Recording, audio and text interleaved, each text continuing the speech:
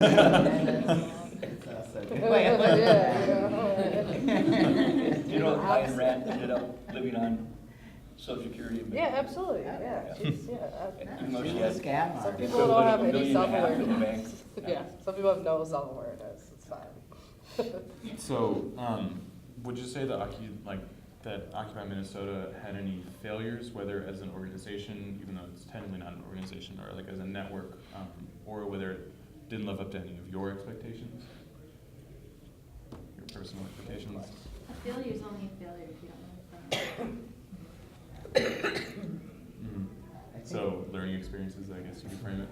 think there are many things that we could have done better. But frankly, it far exceeded my expectations at the very beginning. You know, having seen a lot of movements,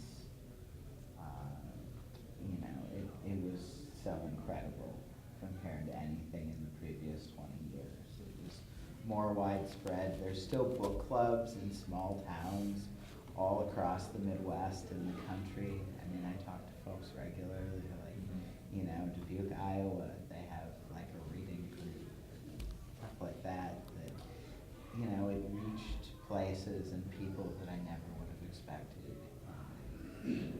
That is worth any of the minor hiccups we had along the way. Certainly there were things that we, you know, found that we were reaching, you know, we're hitting a brick wall on certain issues. I mean, the state repression was incredible, which is, you know, kind of par for the course in American history, but I think a lot of people came into it expecting we could get more done, and we didn't quite get there.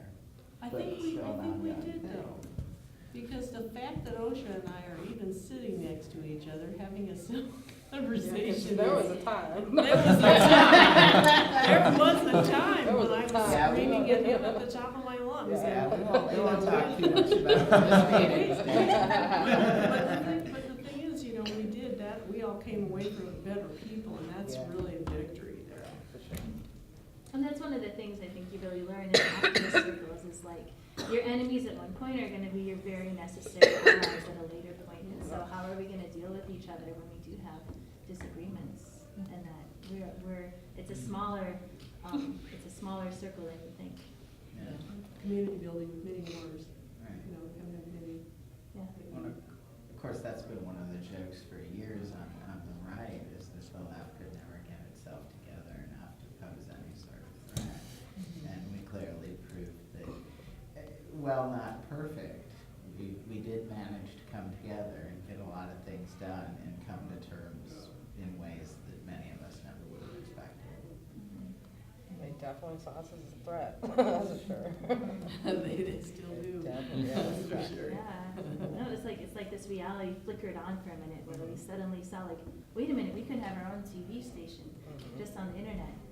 There's this whole national thing, we're talking to each other across cities, Yeah. across That the was world. cool. That was There's an amazing. Occupy Tokyo, holy cow, Right, you know, that was like- amazing. Sometimes Yeah. I'd leave the plaza just to go home and watch people on the plaza. A lot of us, Yeah. yeah, a lot of us did that. If it was getting too hot in Minneapolis, I would go home and just watch. I was talking to people from Occupy Anchorage because they had similar weather and they had similar indigenous population to work with, where we had similar indigenous. They were and they had similar numbers.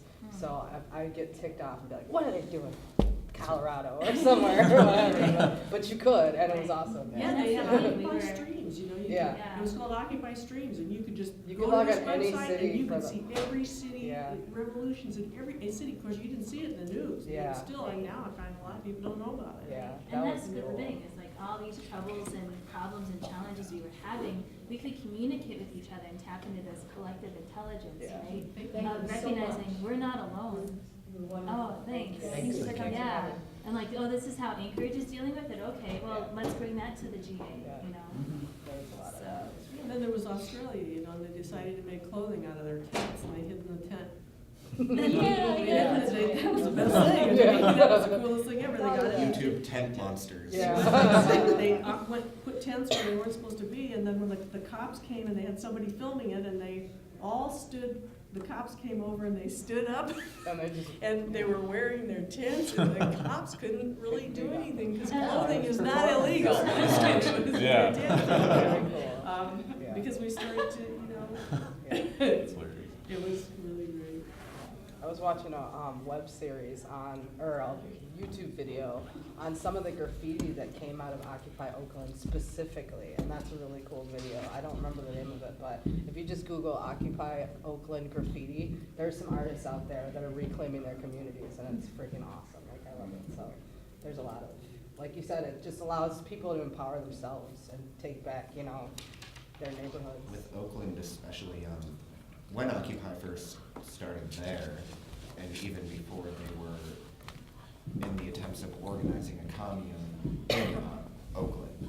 So a lot of their, like, I guess, mindset, because many of the participants were anarchist communalists, they kind of had that, like more, I guess, centered focus on their community and have been able to maintain and develop from that. So, is there any questions? My name is Carly. I worked with an organization in Chicago that actually facilitated a lot of the online donations for the Chicago Occupy movement. So I was just wondering what your movement's relationship with money was and how that was handled. Was it a source of conflict at all? Like, Should I guess? Yeah, you probably. I don't know. You were more intimate than- Originally, the funds we received were just gained because we weren't occupying when we first started receiving donations, so we built up an account. That account on WePay was eventually transferred to a private account, which once we set up and started having a GA, we decided what we should do with the money, and it would be from that account to specific committees as approved by those who were in attendance. So a lot of times the kitchen needed $100 or $200 to go out and buy food, so we do that through consensus. Eventually it was moved from an individual's account to a more collective account. And then it was moved from that collective account because we changed our name to a different account. And we changed our name specifically because there was kind of some infighting, and it was specifically, I want to say, an attempt to grab at what was fiscally there for the entire whole. So, and it was not only that, like the financial resources, but it was for a lot of physical resources and stuff like that. There were many groups at play that were wanting to either fund their own projects with the collective money, or they were uncertain or untrusting of where that money was, or the reports that were given out because of that. Nonetheless, at first, the money was handled by the finance committee, who would dish out the money as the GA approved, and then they record it. And in order to have transparency, we'd issue reports every, I'd say, bi-weekly at first. And then later on, the finance committee members got sick of a lot of infighting. Yeah. So they exchanged with new members of the finance committee, and the reports got lesser, and I guess money, where it was going, wasn't necessarily as clear. In some instances, individuals took it, assuming that they needed it for, I guess, their own benefit. Yeah. Other times, it was just lost, or things like that. Okay. Nonetheless, eventually we stopped gathering money publicly, Yeah. and we only gathered it privately at potlucks and things in order to maintain funds to rent the spaces that we were in. So to this day, we don't actively have a fund with any money in it because we've paid off the porta potties and we're fine with that. And I think one thing that we learned through that process, or at least that I learned, is that, everybody made the mad grab for the money, right? There's something, I can get it. But when you take money out of the equation, suddenly you come back to a sense of human beings and human beings in a community, and it's about what can I add to what that person's need is. It's a whole different structure of thinking. It just Yeah, I was gonna say it challenged all of our ideas on what is ownership, because none of the stuff is ours, none of the stuff is yours, this stuff is ours, it's like a back and forth kind of idea. But it's funny, Doomtree has a song, excuse my language, it's called Fuck Your Shit, And the idea behind the song is that none of this is yours, none of this is mine, it's all of ours. You know what I mean? So what we, like you said, instead of thinking about how much money we have, we started thinking about, well, what do you need? What do we need? What, and instead of, you know, so instead of thinking about money, it's like, you want to think about the resources you need first, and then worry about the money second, instead of saying, we have this giant pool of money, how should we spend it, you know? So just leave that alone, you know, and don't, you know, so it's really, you have to like unlearn what you've learned about you know, about your stuff. Like I said, do what the opposite of what Ayn Rand would do, you know?